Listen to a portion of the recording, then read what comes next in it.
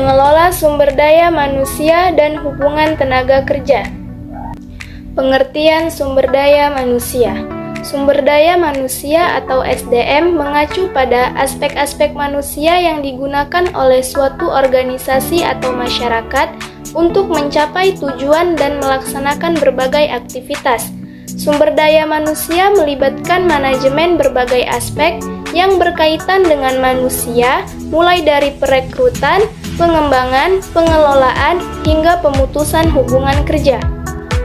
Manajemen sumber daya manusia atau HRM bertanggung jawab untuk merencanakan, mengelola, dan mengoptimalkan pemanfaatan sumber daya manusia agar mencapai tujuan organisasi.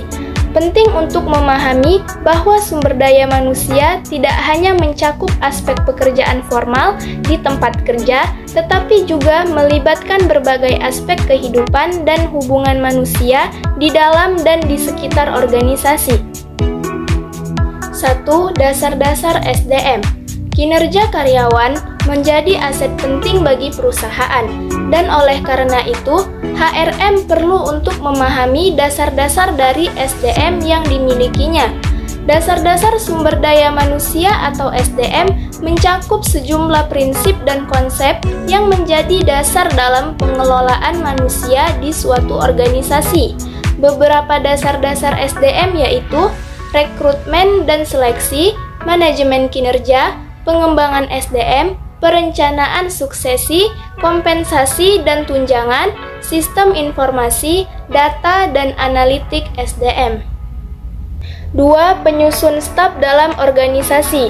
Staffing merupakan salah satu fungsi manajemen berupa penyusunan personalia pada suatu organisasi sejak dari merekrut tenaga kerja, pengembangannya sampai dengan usaha agar setiap tenaga kerja memberikan daya guna yang maksimal bagi organisasi. Hal-hal yang perlu diperhatikan saat staffing diantaranya adalah membuat rencana kepegawaian, strategi perekrutan, pemeriksaan anggaran, pertimbangan untuk mencari karyawan tetap atau kontrak, dan meninjau lingkungan kerja.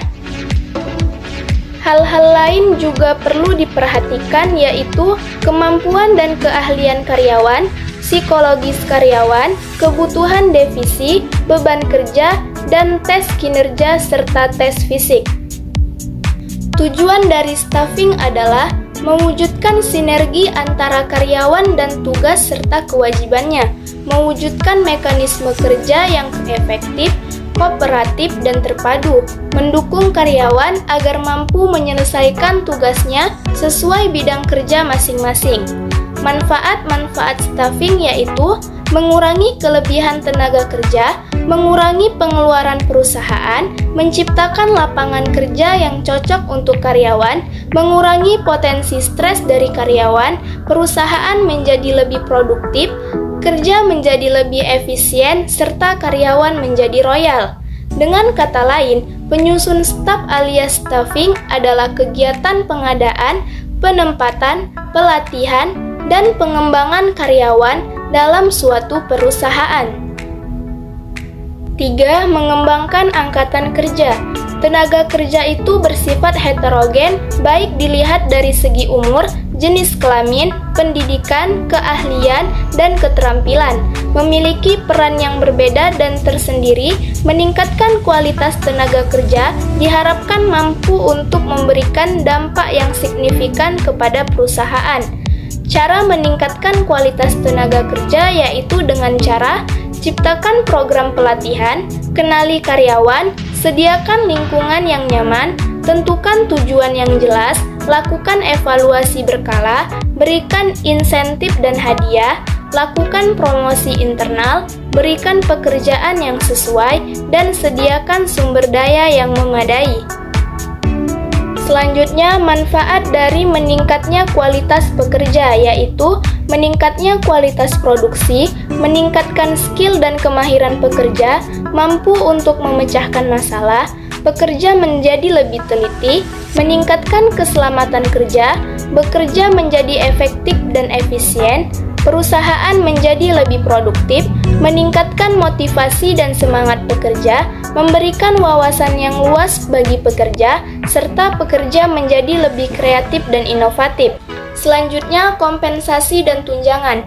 Setiap pekerjaan pastilah menjanjikan suatu imbalan yang bisa berupa uang atau bukan uang.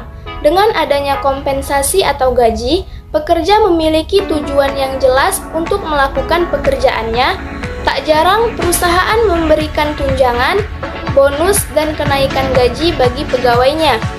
Tiap-tiap perusahaan terkadang memberikan tunjangan kepada pegawainya dengan tujuan untuk mempertahankan pegawai tersebut. Hal ini bertujuan agar perusahaan tidak perlu mengulang proses pengembangan karyawan atau malah menjadikan pegawai senior tersebut sebagai mentor pegawai baru nantinya. Macam-macam tunjangan yang diberikan perusahaan diantaranya adalah tunjangan kesehatan, tunjangan hari raya, tunjangan pensiun, tunjangan keluarga, tunjangan transportasi, tunjangan makan siang, dan tunjangan perumahan.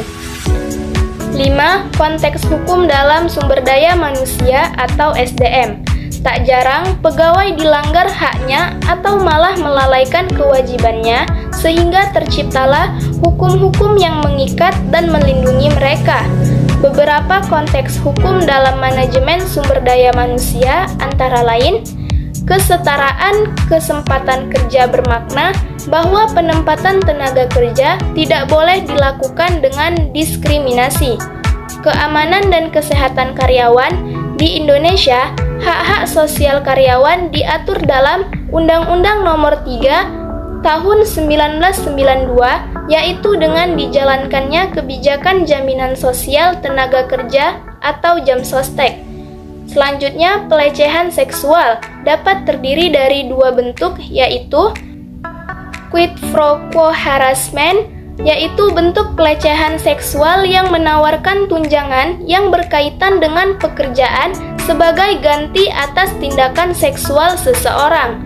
Selanjutnya, hostile work environment, bentuk pelecehan seksual dengan menciptakan lingkungan kerja yang tidak mengenakan bagi karyawan tertentu. Selanjutnya, diskriminasi khusus, misalnya bagi karyawan yang ternyata mengidap AIDS ataupun memiliki cacat tertentu. Untuk jenis-jenis pekerjaan yang memang tidak memerlukan persyaratan khusus untuk menjalankan, maka bentuk diskriminasi semacam ini tidak diperbolehkan.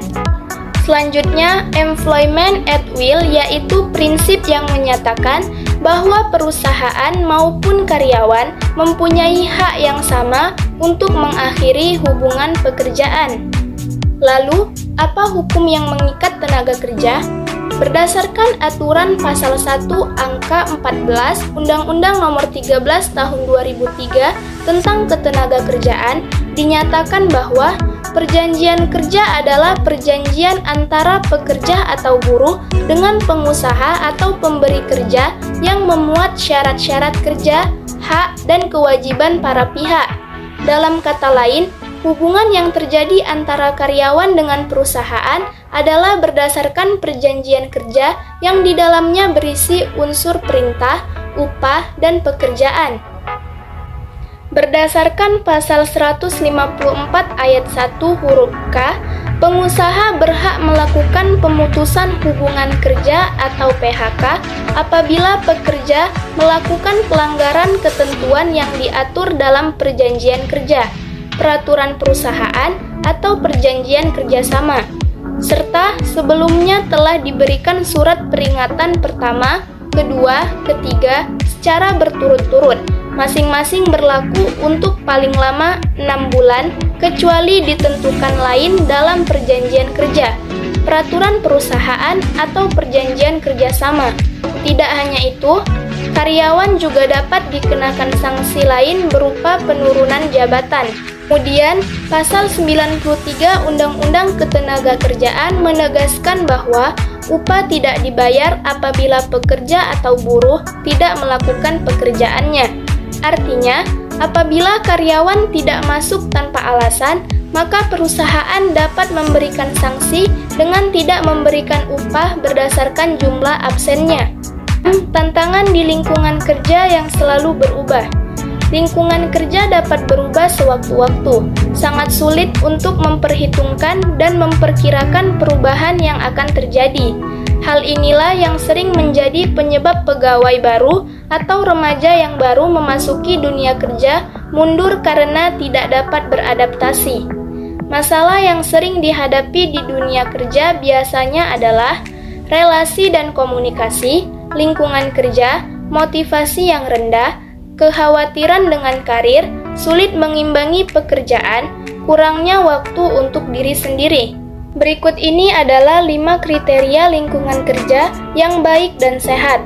Yang pertama, manajemen yang baik, dukungan antar rekan kerja, lingkungan yang bersih dan nyaman, adanya personal space, produktivitas yang baik dan stabil, keterbukaan komunikasi, dan saling menghargai. Kesimpulan dari materi ini adalah, dalam era bisnis yang dinamis dan kompleks, sumber daya manusia atau SDM dan hubungan tenaga kerja menjadi faktor kunci dalam mencapai keberhasilan dan keberlanjutan organisasi. Dengan memahami dan mengimplementasikan prinsip-prinsip tersebut, organisasi dapat membangun fondasi yang kokoh untuk pengelolaan SDM dan hubungan tenaga kerja yang sukses, memberikan kontribusi positif terhadap pertumbuhan dan kesuksesan jangka panjang. Sumber daya manusia adalah aset penting dalam organisasi. Kualitas, kompensasi, dan produktivitas sumber daya manusia dapat memiliki dampak signifikan pada kesuksesan organisasi. Pengelolaan sumber daya manusia yang efektif melibatkan proses rekrutmen, pelatihan, pengembangan, dan retensi karyawan yang baik. Motivasi dan kepuasan karyawan berperan penting dalam produktivitas dan kinerja organisasi. Diversitas dan inklusi dalam sumber daya manusia dapat membantu menciptakan lingkungan yang lebih inovatif dan adaptif. Perubahan teknologi dan perubahan lingkungan bisnis dapat mempengaruhi strategis pengelolaan SDM. Pengukuran kinerja SDM dan analisis data adalah alat penting dalam pengambilan keputusan terkait SDM.